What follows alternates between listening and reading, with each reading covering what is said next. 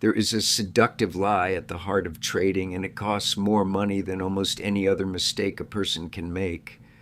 The lie sounds like diligence. It feels like discipline. It whispers that you should always be doing something, that the market is open, that opportunity is everywhere, and that the trader who acts is the trader who profits.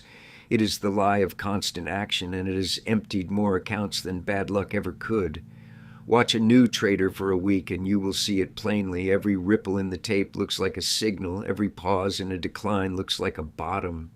Every morning feels like the start of something significant. So the trader moves in and out, long and short, chasing this one and fading that one, and by Friday he has generated a great deal of activity and a great deal of cost and very little else.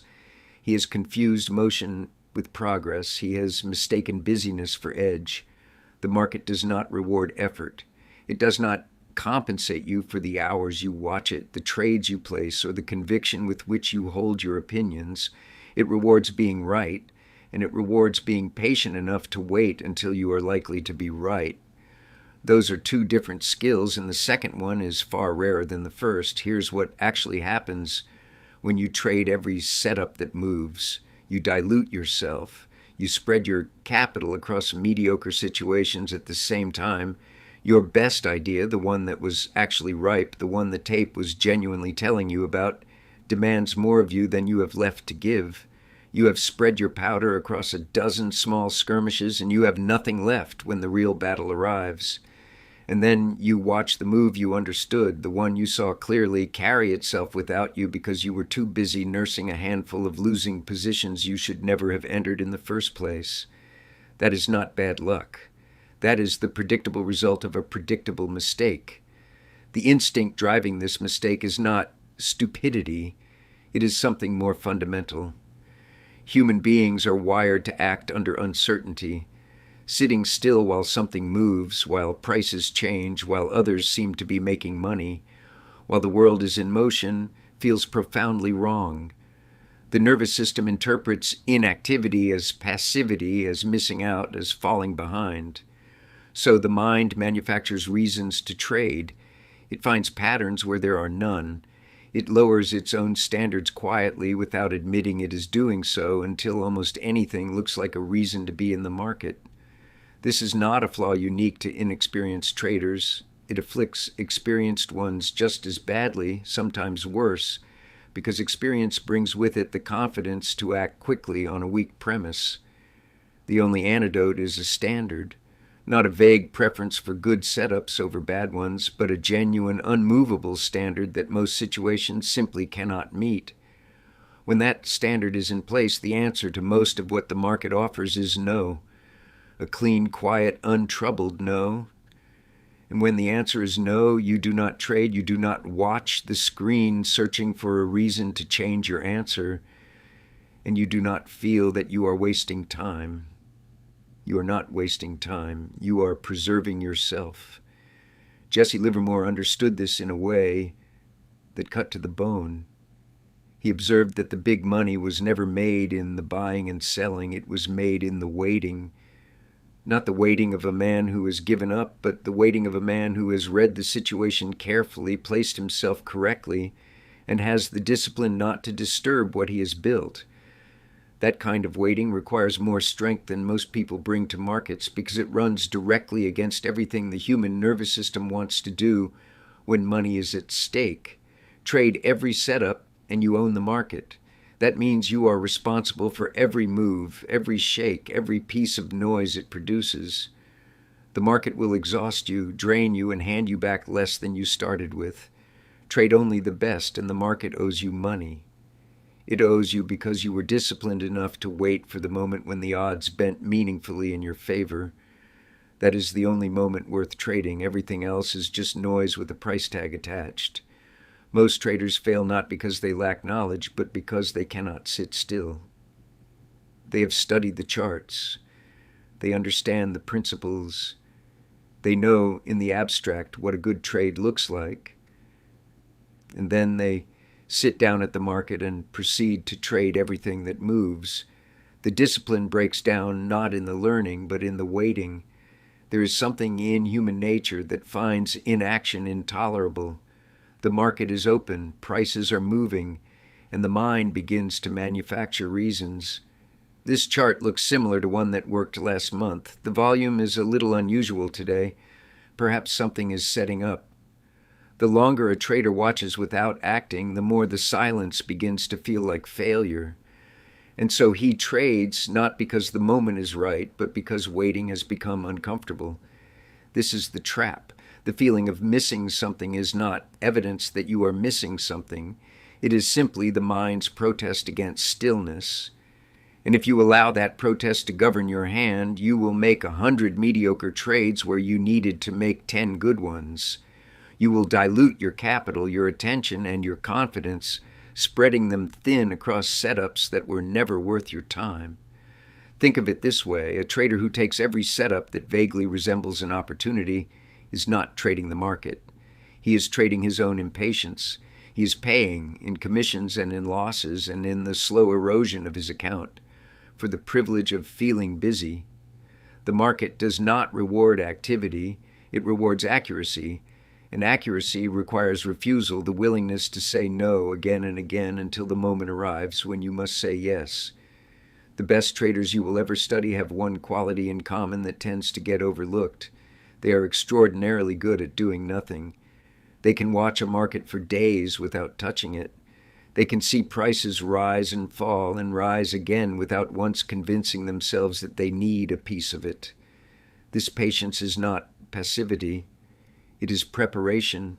They are not absent from the market during those quiet stretches. They are present in the deepest way, watching, measuring, waiting for the conditions that their experience tells them are genuinely worth the risk. Because here is what selectivity actually does for you over time.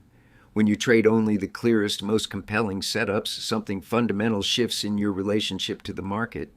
Your winners begin to outpace your losers, not just in size, but in frequency. You stop bleeding capital on marginal trades that go nowhere. Your confidence has a firmer foundation because each trade you take has been chosen deliberately, not grabbed at in a moment of restlessness. You stop confusing motion with progress. There's also a subtler benefit, and it is worth naming plainly. When you have been patient, when you have sat through the noise and the temptation and the false starts, you carry a different quality of conviction into the trade you finally take. You have earned your entry. The waiting itself has sharpened your judgment. You are not hoping this one works. You have waited until the evidence is so clear that hope is almost beside the point. Jesse Livermore understood this deeply. He would study a stock for weeks or months before taking a position, watching how it responded to volume, how it held up when the general market faltered, whether the line of least resistance was genuinely pointing in the direction he believed. When he finally moved, he moved because the conditions had declared themselves, not because he had grown impatient. He called it waiting for the pivotal point, and the patience required to reach it was not a preliminary to the work. It was the work. The ordinary trader reads that and nods, and then the next morning he finds 3 reasons to put on a trade before noon. The principle is easy to admire and hard to live. That gap between knowing what selectivity requires and actually practicing it is where most trading careers quietly end. So the discipline you are building when you say no to a mediocre setup is not a small thing. It is the same discipline that will allow you to say yes with force and conviction when the right moment finally comes. You are not waiting because you are timid. You are waiting because you understand what it means when the market actually owes you something. There is a peculiar torture in waiting. The market is open, the prices are moving, and you are doing nothing. Every tick feels like an accusation. Every trade you did not take feels like money left on the table. The mind invents reasons to act, small reasons, thin reasons, reasons that would not survive 10 minutes of honest scrutiny. And so the undisciplined trader fills the silence with noise and calls it work. But waiting is not nothing. Done correctly, waiting is the most demanding discipline in all of trading. It requires you to hold your judgment against the full weight of your own impatience and not flinch. Think of it this way. A position in cash when the conditions are not right is not an absence of a trade. It is a trade. You are long patience. You are short chaos. And that position, held with conviction, is worth more than a dozen marginal entries taken just to feel busy. The market does not reward effort. It does not care how many hours you watched the tape, how many charts you studied, how many sleepless nights you spent turning a thesis over in your mind. It rewards being right at the right moment. All the effort is only preparation for that moment. The moment itself requires stillness. Most traders never learn this. They confuse the preparation with the execution. They mistake the map for the journey. Having done the work, having identified the conditions they are waiting for, they then cannot bring themselves to wait for those conditions to actually arrive. They approximate. They say, close enough. They enter a little early because surely it is about to set up the way they imagine. And in doing so, they take on all the risk of the position before the market has given them any of the evidence that made the position worth taking in the first place. This is a profound and common error. The setup you identified 2 weeks ago, the one you have been watching and preparing for, that setup has value precisely because of the specific conditions it requires. Those conditions are not decorative. They are the whole point. An approximate version of the right setup is just another wrong setup dressed in familiar clothing. So you wait. You keep your powder dry. And while you wait, something important happens that most people overlook entirely. Your conviction grows. Every day the market tests the thesis and does not break it, you learn something. Every time the conditions hold, the picture sharpens. By the time the genuine moment arrives, you are not guessing. You know. And that knowledge, hard-earned, unhurried, is what allows you to act with real size when the moment finally comes. This is the mechanism by which patience converts itself into profit, not through luck, not through discipline in some vague motivational sense, but through a concrete process. Wait for the conditions, let the conditions confirm themselves, then commit fully to the trade that the evidence demands. Livermore understood this at a level most traders never reach. He spoke of the line of least resistance, the path the market was already inclined to take, and of the importance of not forcing a trade until that line was unmistakably clear. He was not passive. He was intensely, actively waiting. There is a difference. Passive waiting is simply inaction. Active waiting is attention without interference. You are watching the market tell you something, and you are not interrupting it. When the line finally reveals itself, then and only then, you move. And you move in the direction the market is already moving, with the force the situation actually warrants. This is why patience is not the enemy of profit. It is the condition of profit. The trader who can sit through 10 days of nothing, holding his nerve and his standards, arrives at the 11th day fresh and clear-eyed and liquid. The trader who filled those same 10 days with marginal trades arrives at the 11th day tired, diminished, perhaps underwater, and almost certainly too distracted by his small losses to act decisively on the large opportunity. The market owes you nothing for your restlessness, but it will pay handsomely for your patience because so few people are willing to spend it.